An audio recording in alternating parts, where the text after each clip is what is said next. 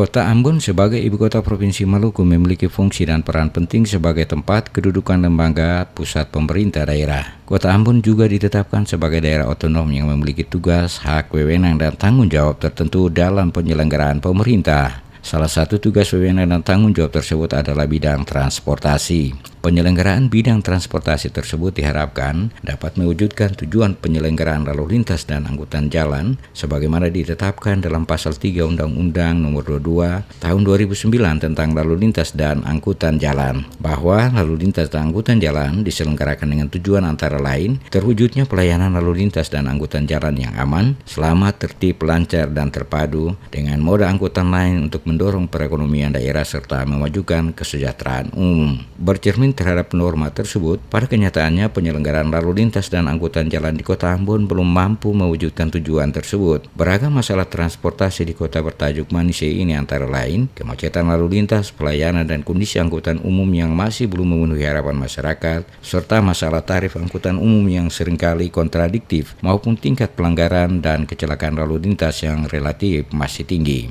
Dari berbagai masalah transportasi tersebut yang paling ekstrim, kerugiannya hingga saat ini adalah masalah kemacetan lalu lintas. Dengan terjadinya kemacetan setiap hari, total kerugian materialnya dapat membuat orang berpikir dua kali. Melihat kondisi yang terjadi di Kota Ambon, perbaikan sistem transportasi merupakan sebuah keharusan yang harus segera disikapi. Karena itu, PLT Kepala Dinas Perhubungan Kota Ambon, Robi Sabulete, mengatakan, selain dalam waktu dekat akan melakukan uji coba rekayasa jalur lalu lintas di sejumlah ruas jalan, alternatif lain untuk mengurai kemacetan salah satunya dengan mengajak warga untuk menggunakan moda transportasi angkutan teluk yang saat ini mulai banyak digunakan warga, terutama mahasiswa dan warga Teluk Ambon pada umumnya. Menurutnya, untuk mengintegrasikan moda transportasi laut dalam teluk dan angkutan darat, Dinas Perhubungan Kota Ambon akan menata kawasan Pelabuhan Enrico belakang kota agar terkoneksi dengan moda angkutan laut dan darat. Jadi saya akan mengajak masyarakat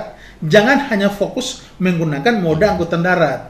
Ya, sekarang ini kan ada, cuma yang dilayani itu adalah untuk trayek speed ini, ya, speed itu untuk Kota Jawa dan ke Wayame. Pertimbangan kami Dinas Perhubungan Kota ke depan, itu mungkin kita akan buka trayek baru. Ya, trayek baru itu mungkin sampai ke Lahatawiri, kemudian sampai ke Teluk Dalam, ya. Ke Teluk Dalam mungkin sekitar Paso Negeri Lama dan sampai ke Lipi dan guru-guru sana, sehingga orang itu lalu tidak hanya ketergantungan kepada moda angkutan darat, tetapi sudah seharusnya alternatifnya itu adalah kita menggunakan moda angkutan laut. Jadi nanti kita akan buka, kemungkinan kita akan kita akan buka trayek baru untuk angkutan laut.